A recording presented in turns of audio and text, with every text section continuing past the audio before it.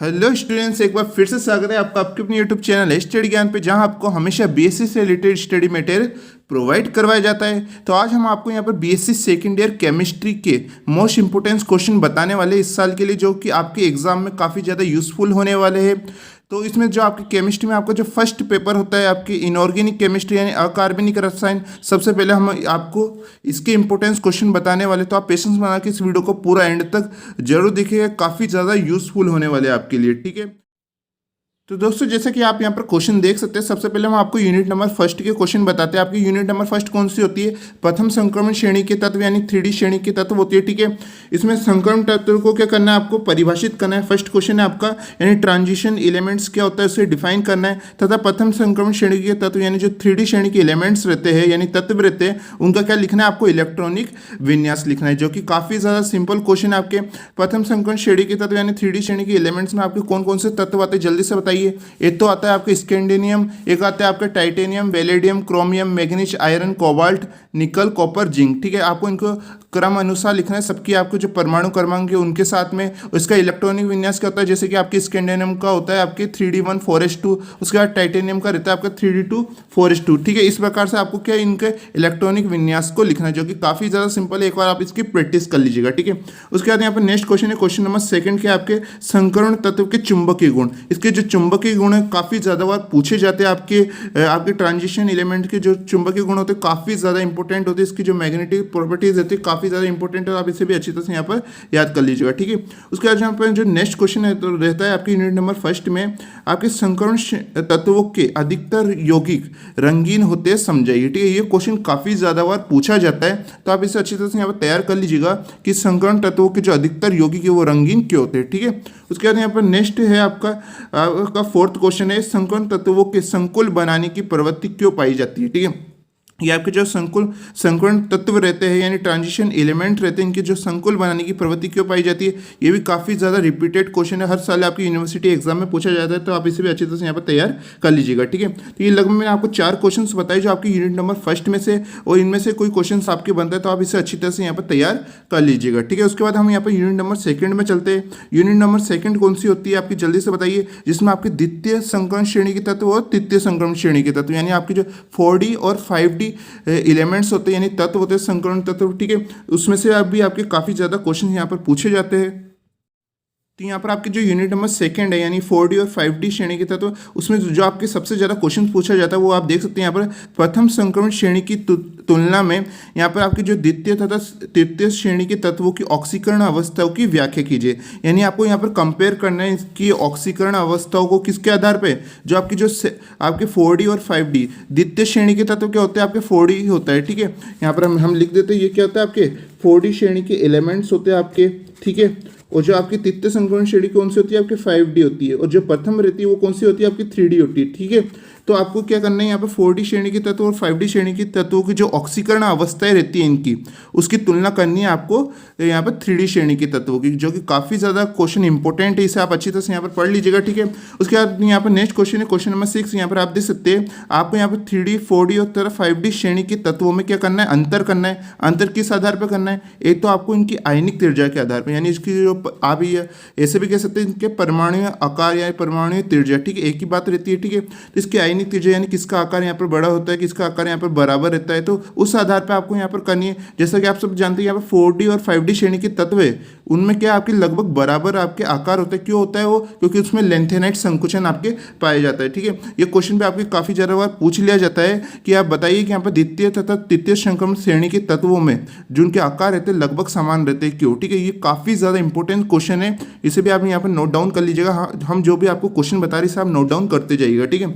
उसके बाद यहाँ पर नेक्स्ट क्वेश्चन है आपके, इसी आधार पर पूछ सकते हैं इनके अंतर के आधार पर कि इनके चुंबकीय गुण की तुलना कीजिए, ठीक है। तो चुंबकीय गुण की तुलना के आधार पर भी इनमें क्या आपके अंतर पूछा जा सकता है, ठीक है। उसके बाद यहाँ पर नेक्स्ट क्वेश्चन है, क्वेश्चन नंबर 7। यहाँ पर आप देख सकते हैं जो कि क्या है, अधिकांश संकरण तत्व परिवर्तित ऑक्सीकरण अवस्थाएं प्रदर्शित करते हैं, जो कि मोस्ट इंपोर्टेंट क्वेश्चन, आप इसे लगा लीजिएगा।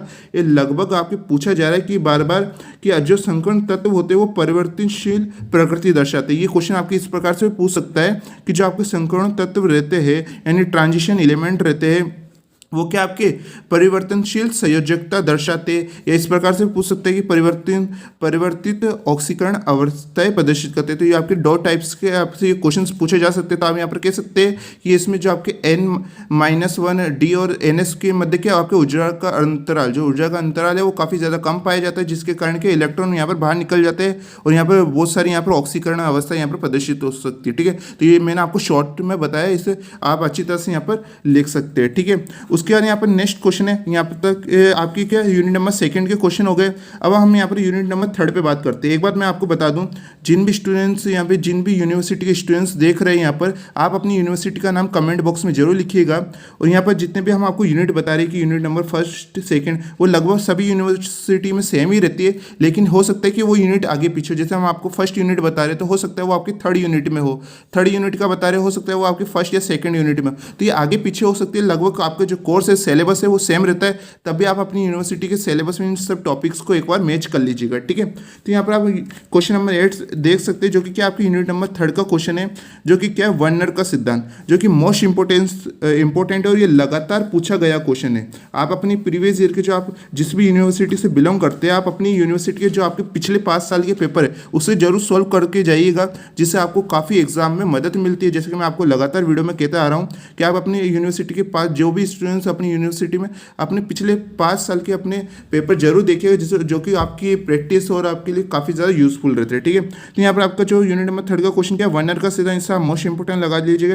ये लगातार सभी यूनिवर्सिटी में पूछा गया क्वेश्चन है। उसके बाद यहाँ पर नेक्स्ट क्वेश्चन है हमारे क्वेश्चन नंबर 9, प्रभावी परमाणु क्रमांक नियम, जिसे हम EN से भी यहाँ पर लिखते हैं। ठीक है, आपके पेपर में EN के नाम से भी पूछा जा सकता है, तो आप यहाँ पर कंफ्यूज मत होइएगा। उसका मतलब क्या होता है, आपके प्रभावी परमाणु क्रमांक नियम, इसे भी आप यहाँ पर अच्छी तरह से तैयार कर लीजिएगा। काफी ज्यादा मोस्ट इंपोर्टेंट क्वेश्चन है आपके। ठीक है, इसके बाद यहाँ पर नेक्स्ट क्वेश्चन है क्वेश्चन नंबर 10, संयोजकता बंध सिद्धांत यानी VBT तथा इसकी कमी। जो संयोजकता बंध सिद्धांत, इसकी कमियां तथा संयोजकता बंध सिद्धांत को आपको समझाना काफी मोस्ट इंपोर्टेंट क्वेश्चन है ये आपके, ये आपने पहले भी पढ़ रखा होगा। ठीक है, और सेकंड ईयर में भी आपके काफी ज्यादा इंपॉर्टेंट रहता है ये आपके, तो इसे मोस्ट इंपोर्टेंट लगा लीजिएगा। ये आपके लॉन्ग टाइप के जो क्वेश्चन होते हैं, यानी सेक्शन C, सेक्शन B, उसमें आपकी काफी ज्यादा बार पूछा जाता है। ठीक है, उसके बाद यहाँ पर नेक्स्ट क्वेश्चन है क्वेश्चन नंबर 11, त्रिविम समवेता। ठीक है, तो त्रिविम समवेता में क्वेश्चन किस प्रकार से बनते हैं आपके, वहाँ पर आपके 2 टाइप से क्वेश्चन बन सकते हैं। वहाँ पर आपके 2 प्रकार पूछे जाते हैं आपसे, या तो ज्यामितीय समवेता के बारे में पूछ लेगा आपसे, या आपसे यहाँ पर प्रकाशिक समवेता के बारे में एक क्वेश्चन बनता है। ठीक है, या आपसे डायरेक्ट भी त्रिविम समवेता पूछा जा सकता है,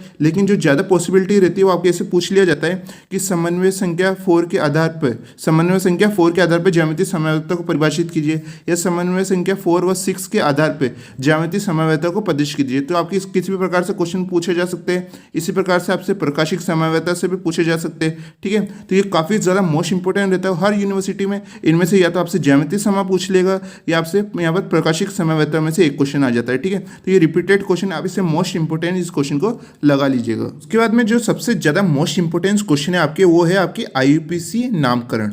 इसमें किस प्रकार से पूछा जाता है आपके, अगर आप अपने प्रीवियस ईयर के क्वेश्चन देखेंगे अपनी यूनिवर्सिटी के, तो उसमें क्या आपको कुछ यौगिक दे दिए जाते हैं। ठीक है, उसका क्या करना होता है, आपको IUPAC नाम लिखना होता है कि उसका IUPAC पूरा नाम क्या है। ठीक है, तो यहाँ पर आपको IUPAC नाम की अच्छी तरह से प्रैक्टिस कर लेनी है, क्योंकि काफ़ी ज़्यादा हर यूनिवर्सिटी में क्वेश्चन आता ही है कि आपको वहाँ पर कुछ यौगिक दे दिए जाते हैं। ठीक है, और आपको क्या करना होता है, उसका IUPAC नाम लिखना होता है। कई जगह पे ऐसे भी पूछ लिया जाता है कि आपको IUPAC नाम पहले से दिया गया होता है और आपको उससे यौगिक का निर्माण करना होता है। ठीक है, तो आपके दोनों टाइम में से काफ़ी ज़्यादा और क्वेश्चन पूछे जाते हैं, तो आप इसे अच्छी तरह से तैयार कर लीजिएगा। मोस्ट इंपोर्टेंट क्वेश्चन है आपके ये। ठीक है, उसके यहाँ पर जो आपकी 4th यूनिट है आपकी लेंथेनाइड और एक्टिनाइड, मैंने आपको पहले भी कहा है कि हो सकता है कि आपकी जो 4th यूनिट है आपकी यूनिवर्सिटी में वो 2nd हो या 3rd हो, लेकिन ये आगे पीछे होती रहती है, लेकिन लगभग जो आपका कोर्स है वो लगभग सेम रहता है। तो यहाँ पर आप देख सकते हैं जो आपका 4th यूनिट है लेंथेनाइड तथा एक्टिनाइड, उसमें आपका फर्स्ट क्वेश्चन है आपके लेंथेनाइड व एक्टिनाइड क्या होते हैं। ठीक है, आपको बताना है कि यहाँ पर लेंथेनाइड और एक्टिनाइड क्या होते हैं, इसकी परिभाषा पूछ ली जाती है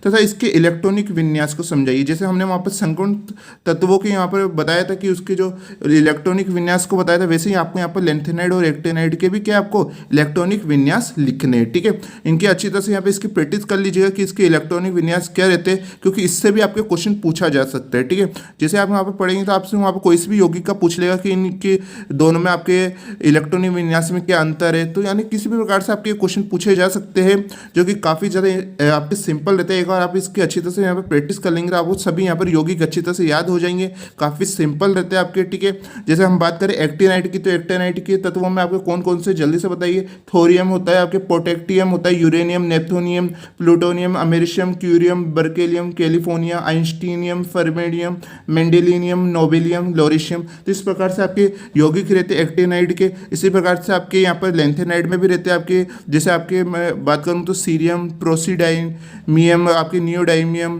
प्रोमिथियम, आपके समैरियम, यूरोपियम, ऐसे बहुत सारे आपके रहते हैं। ये आपकी इसकी गिनती कब से होती है? आपके 57 से, आपके 57 से लेकर 71 तक, ठीक है। 57 में आपके लेंथेनम रहता है, क्योंकि लेंथेनम से आपकी स्टार्ट मानी जाती है, लेकिन वैसे आपकी सीरियम से स्टार्ट होती है, ठीक है। तो यहाँ पर आप सीरियम से स्टार्ट कर लीजिएगा, ठीक है।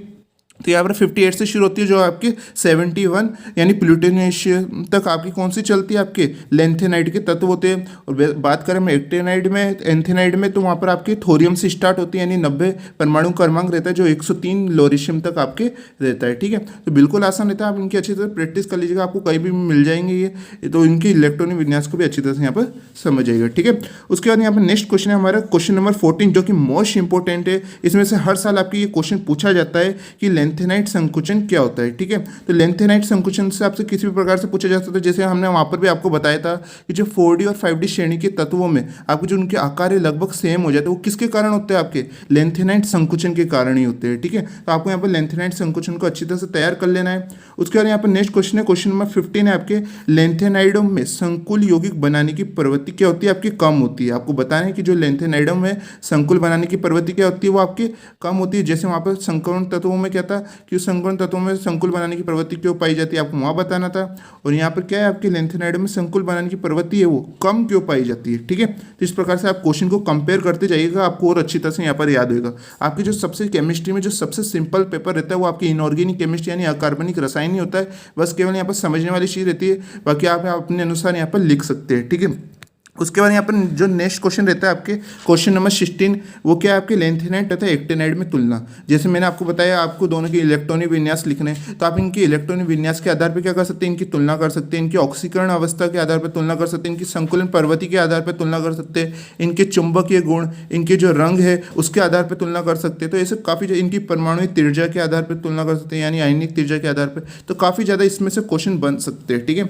और ये काफ़ी ज़्यादा इंपॉर्टेंट क्वेश्चन भी होता है। उसके बाद आपके जो नेक्स्ट क्वेश्चन है क्वेश्चन नंबर 17, वो क्या होता है? आपके यूरेनियम से नेप्थूनियम व प्लूटोनियम के पृथक्करण की विधि। वहाँ आपसे इस प्रकार पूछ लेगा कि आपको यूरेनियम से क्या बनाना है, आपको नेप्थूनियम और प्लूटोनियम बनाना है, आप किस प्रकार बनाएंगे, उसकी जो विधि है आपको वो समझानी है, ठीक है। यहाँ पर एक नाम और आता है आपके अमेरिशियम, ठीक है। तो आपसे किस प्रकार पूछ लेता है कि यूरेनियम से आपको नेप्टूनियम एवं प्लूटोनियम एवं अमेरिशियम के पृथक्करण की विधि पूछिए, ठीक है, जो कि काफ़ी ज़्यादा इंपॉर्टेंट रहता है, हर यूनिवर्सिटी में पूछा गया क्वेश्चन। तो आप इसे मोस्ट इंपोर्टेंट लगा लीजिएगा, या आपके जो लॉन्ग टाइप के क्वेश्चन उसमें काफ़ी ज़्यादा बार पूछा जाता है। उसके बाद हम यहाँ पर बात करते हैं हमारी जो लास्ट यूनिट है, यूनिट नंबर 5, उसके हम यहाँ पर बात करते हैं उसके क्वेश्चंस के ऊपर, ठीक है।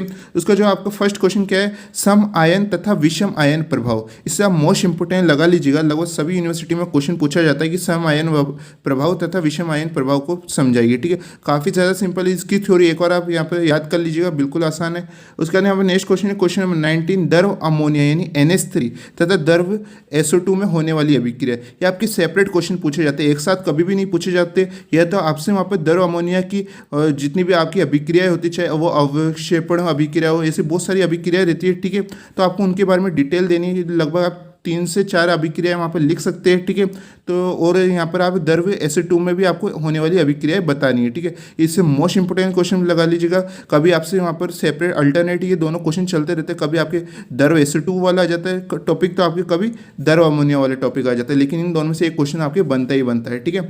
उसके बाद यहाँ पर हमारा क्वेश्चन नंबर 20, जिससे आप बिल्कुल ध्यान से देखिए। यहाँ पर क्वेश्चन नंबर 20 क्या है? आपके ब्रोंस्टेड लोरी का सिद्धांत एक होता है, आपके लुईस का सिद्धांत एक होता है, आपके लक्स फ्लेड का सिद्धांत। तो हम आपको बताना चाहते हैं कि आपके ये जो तीनों है, इनमें से एक सेपरेट आपके बनता ही, एक होता है आपके आरएनएस का सिद्धांत भी होता है, लेकिन वो कम पूछा जाता है, लेकिन आप उसे भी अच्छी तरह से तैयार कर लीजिएगा। और इन तीनों में से ये तीनों तो आपके रिपीट होते रहते हैं, या तो आपसे एक साल इसमें से कोई क्वेश्चन आ जाएगा, या आपके इसमें से पूछ लेगा, या आपसे लक्स फ्लेड का सिद्धांत पूछ लेगा। ये रिपीटेड क्वेश्चन है, तो आप इसे अलग अलग टॉपिक है, एक बार मैं आपको बता दूँ, इसे आप एक मत समझ लीजिएगा, या सब अलग अलग टॉपिक है आपके, लेकिन इनमें से एक एक हमेशा पूछा जाता है। आपसे इससे पूछ लेगा कुछ क्वेश्चन, या आपके लुईस का सिद्धांत पूछ लेगा, तो आप इसे मोस्ट इंपोर्टेंट क्वेश्चन लगा लीजिएगा, ठीक है। उसके बाद यहाँ पर नेक्स्ट क्वेश्चन है आपके क्वेश्चन नंबर 21, जो कि हमारा लास्ट क्वेश्चन है आज का। वो क्या? आपके फ्रोस्ट आरेख का, ठीक है, जो कि रिपीटेड क्वेश्चन है, लगातार पूछा गया। अगर आप भी अपने प्रीवियस ईयर के क्वेश्चन देखेंगे तो उसमें आपको ये क्वेश्चन मिलेगा ही मिलेगा कि फ्रोस्ट आरेख को यहाँ पर समझाइए, ठीक है। यहाँ पर किसी भी यौगिक के अनुसार पूछ लेगा आपसे, तो वहाँ पर आपको फ्रोस्ट आरेख को बनाना है। बिल्कुल सिंपल क्वेश्चन है, ठीक है। तो इस प्रकार से हमने जितने भी आपको क्वेश्चन बताए हैं वो आप सभी अच्छी तरह से तैयार कर लीजिएगा, जिससे आपका यहाँ पर यूनिवर्सिटी एग्जाम में काफ़ी अच्छा स्कोर यहाँ पर हो जाएगा। बस आप इसकी अच्छी तरह से यहाँ पर प्रैक्टिस कर लीजिएगा। ये जो आपका फर्स्ट पेपर रहता है काफ़ी ज़्यादा सिंपल रहता है, लेकिन बस यहाँ पर आपको समझने की देर है। बिल्कुल आपको यहाँ पर आप जो भी आपके क्वेश्चंस पूछा जाता है या किसी भी टाइप के आपके क्वेश्चन पूछे जाते हैं, आप यहाँ पर आसानी तरीके से इस पेपर में कर सकते हैं। इसके बाद जो आपका सेकंड पेपर रहता है आपका ऑर्गेनिक केमिस्ट्री यानी कार्बनिक रसायन, उसके भी हम आपको यहाँ पर मोस्ट इंपॉर्टेंट क्वेश्चन बताने वाले, जो कि काफ़ी ज़्यादा आपके लिए यूजफुल वीडियो होने वाला है। तो वो उसका लिंक आपको जल्दी डिस्क्रिप्शन मिल जाएगा। हम 1-2 दिन में आपके लिए वो वीडियो भी वहाँ पर लाने वाले हैं। तो उसके प्ले लिस्ट का लिंक हमने डिस्क्रिप्शन में दे रखा है, जहाँ पर आपको बीएससी केमिस्ट्री के जितने भी हम इंपॉर्टेंस क्वेश्चन बताएंगे वो आपको वहाँ पर मिल जाएंगे। साथ में फिजिक्स और मैथ्स के भी हम यहाँ पर आपको इंपॉर्टेंस क्वेश्चन बताने वाले, तो उसकी भी सेपरेट प्ले लिस्ट का लिंक आपको डिस्क्रिप्शन में मिल जाएगा। बस ऐसे ही स्टडी मटेरियल के लिए आप इस चैनल को अच्छी तरह से सब्सक्राइब कर लीजिएगा, ठीक है। कोई डाउट हो तो आप कमेंट बॉक्स में पूछ लीजिएगा, और ये वीडियो कैसा लगा प्लीज़ कमेंट करके जरूर बताइएगा, और सेशन को लाइक करना ना भूलिएगा। तो मिलते हैं नेक्स्ट वीडियो में।